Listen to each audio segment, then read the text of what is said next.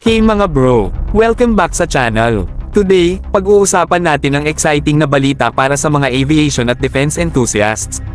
Ang ika-5 S-70i Black Hawk Combat Utility Helicopter na para sa Philippine Air Force, PAF, ay nakita ng sumasailalim sa flight testing sa Mielec, Poland noong May 8, 2024. Ang aircraft na may temporary number na SPYVF ay bahagi ng malaking hakbang ng PAF sa kanilang modernization efforts.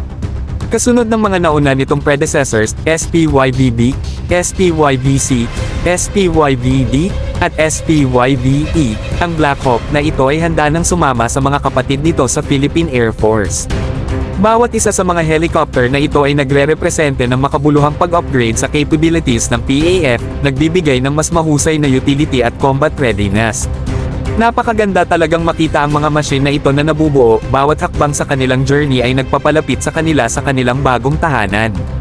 Ang 5 helicopter na ito ay ang unahan ng isang malawakang inisyatiba na pinangungunahan ng Lockheed Martin PZL Mielec, na nakatakdang mag-deliver ng unang batch sa PAF sa Hunyo 2024. Habang papalapit na tayo sa petsang iyon, ramdam na ramdam ang excitement.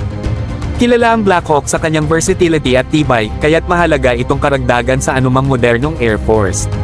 Para sa Pilipinas, ito ay isang malaking tulong sa kanilang kakayahan na magsagawa ng parehong peacetime at combat operations ng mas mahusay at ligtas.